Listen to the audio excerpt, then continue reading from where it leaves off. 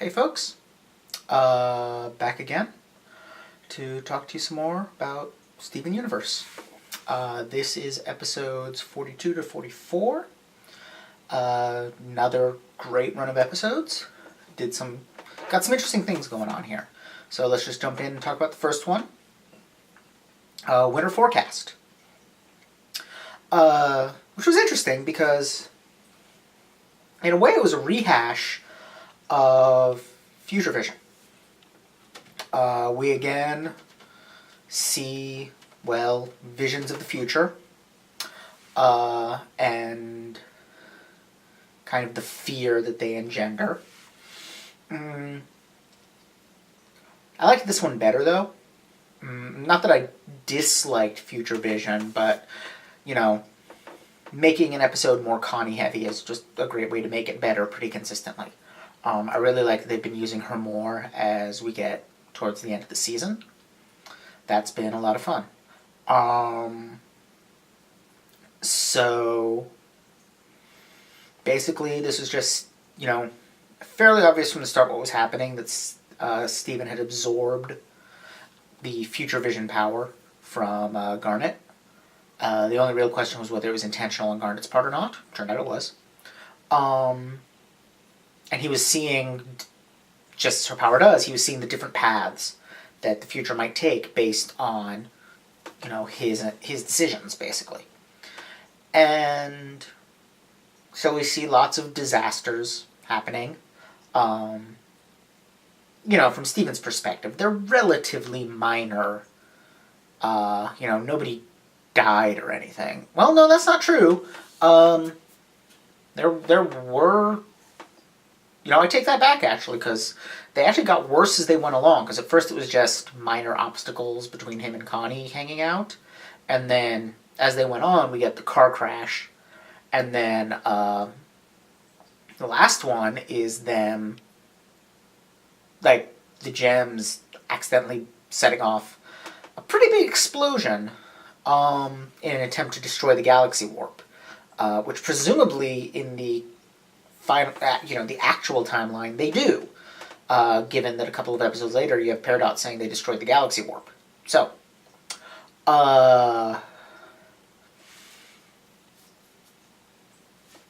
it's interesting because we have in the background them doing that in an episode that is very much about anxiety towards the future. And this sense of impending doom, basically, that so many of these future paths end in disaster. Show's really been, between this and Future Vision, building up this notion that the future is a scary place, and that maybe we don't want to see it.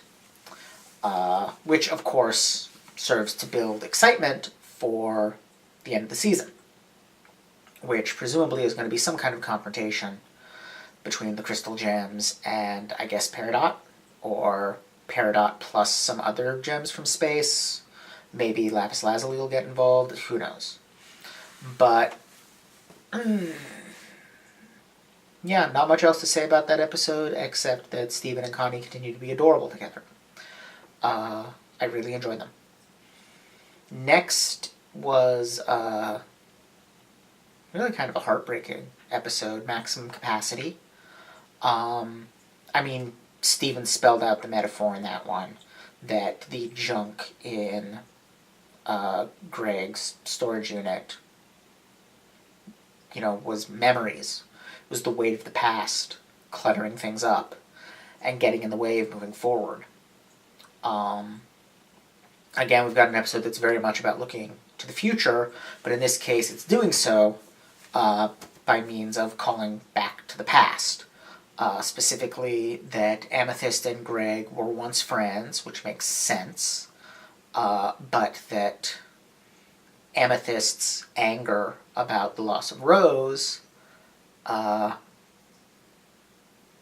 her to do, basically be really mean to Greg, because is she nasty to him at the climax of this episode. As Amethyst can be, she can be really nasty to a person when she wants to be. She's very good at it. But it's an expression of her anger over losing Rose. as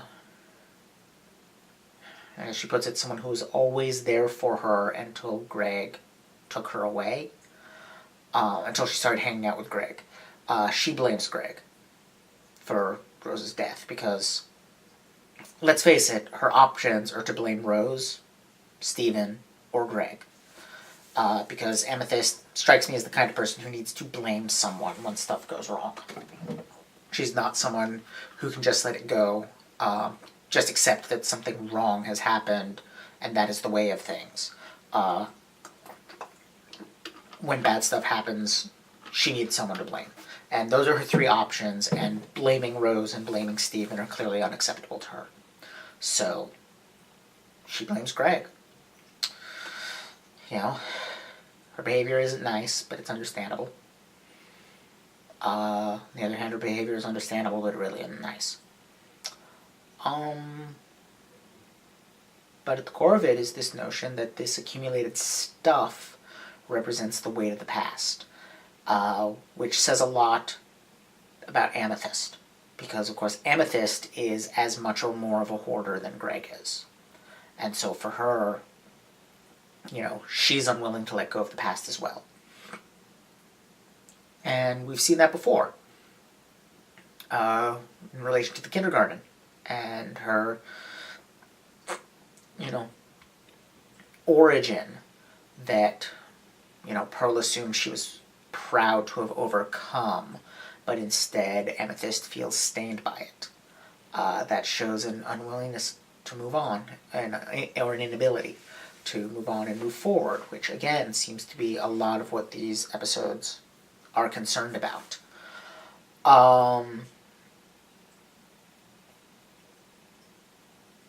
You know, and it's interesting because Steven is a character who lives very much in the present. He has very little knowledge of the past, and of course as a child he has very little past. And that means, you know, his lack of awareness about the past kind of makes him a bit blind to the future. To him, life is essentially this eternal, you know, childhood. It's all he's ever known, and it extends for him unimaginably far into the distance. And that makes him, you know, it makes him a little bit reckless. It makes him a little bit disconnected. He doesn't always understand what's going on. At the same time, you know, he has that ancient prerogative of the fool, the ability to see things that other people cannot, the ability to cut through the crap and point out what the junk is really about, what, you know, that ridiculous show about the butler is really about. I have to comment on Lil Butler, because that was such a spot-on parody of, you know, 80s sitcoms. The ones that immediately recalled to me were Mr. Belvedere, obviously because of the butler that just kind of appears out of nowhere. Silver Spoon, where the central joke was this family is ridiculously wealthy. And as a result of their wealth, completely absurd and disconnected from reality. And maybe a little bit Small Wonder. Partially for the title, and partially because, you know, the notion that they just kind of found this very unusual new family member. In Small Wonder, it was a robot that they adopted as their daughter. In you know, here we've got Tiny Butler. But, you know, cute concept.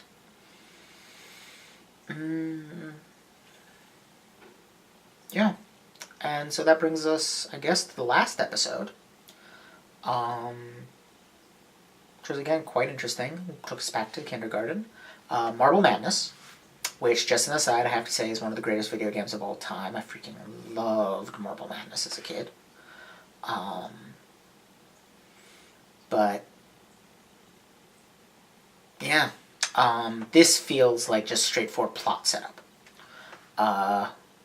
Which is why it's very interesting to me, that it opens with and has the running thread of Connie lending Stephen some books. Uh, you know, pretty standard sounding YA fantasy series. And him not really getting that he's supposed to read it in order. You know, him kind of being confused by the continuity elements and just enjoying it. I really liked that, because while the show has been delving into kind of this ongoing plot line involving the crystal gems and the gems from space, homeworld gems, whatever you want to call them, it's a reminder that that's really not what's important about this show. Yes, the show has a bit of a continuity, it has a bit of a plot, but that's really not what it's about. It's about Steve and Connie hanging out and being adorable. It's about Steven's never-ending wonder and curiosity. It's about these relationships between these characters that form a really unusual but really solid family. The plot line is really just there as an excuse to hang the rest of the stuff on it, which is what most plot lines are. They're an excuse to hang character development and cool scenes and fun spectacles. And, over-obsessing about the plot is, like ignoring the animal to look at its skeleton. There might be an interesting skeleton. Skeletons are not an unworthy topic of discussion, but there's a whole lot else that you shouldn't ignore. So I kind of liked that. They threw that in there. Plus, excuse for more Steve and Connie adorableness. I love the scene of her reading to him. That was really cute. Maybe because it's something parents do with children, there's something just kind of inherently intimate about one person reading to another. I think. And that takes us, to the plot itself, I guess. Which, okay, Peridot is trying to reactivate the kindergarten, and the other gems were just trying to stop her marble robots without really knowing what she was up to, and Steven suggested investigating more, which, go Steven. He's used to not knowing what's going on and having to figure it out, and so that's a skill he has now.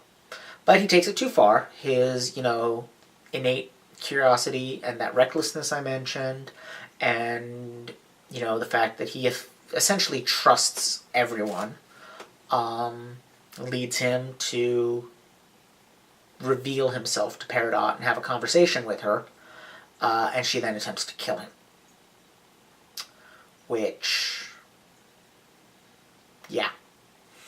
I was honestly expecting him to just pop the shield, and then she would realize that he has powers. The fact that he didn't, the fact that Garnet jumped in, suggests to me that Steven having powers and Peridot not knowing about it is going to matter. Or not. Again, this is the episode that's telling us, watch the one with the coolest cover first.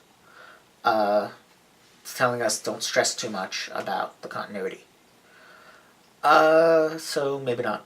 Who knows? It's going to be fun either way. Because this show's gotten to the point where I trust it to be fun. I honestly have yet to see a bad episode of this show. Which, honing in on 50 episodes, well done. It's the rare show that can go 40 plus episodes without a stinker. Of course, now Peridot knows that the crystal gems are defending the Earth. They've revealed themselves. There's likely to be consequences to that. They will hopefully be entertaining when they happen. We'll see. So, the plan for the next few episodes, I am going to do live viewings and vlogs for the remainder of the season. It'll be like the live viewings I've done in the past. I will watch the episodes live, and then I will talk about them afterwards. Basically the exact same thing I do when I make these vlogs, except I'll be recording myself watching the video too. So that will be 2 episodes, 2 weeks. The first one will be just, episodes 45 through 7. And then the last one will be episodes 48 and 49, which, as I understand it, those 5 episodes are basically an arc, but the last 2 are more closely connected, I think. Not 100% sure. We'll see when we get there. That is where I will stop, because episode 49 is officially the end of the first season. Even though it looks like they continued broadcasting. Like there was a new episode. Episode 50 aired the day after episode 49. But it is technically in the second episode by. It's the second season. And I don't want to start the second season until it's finished broadcasting.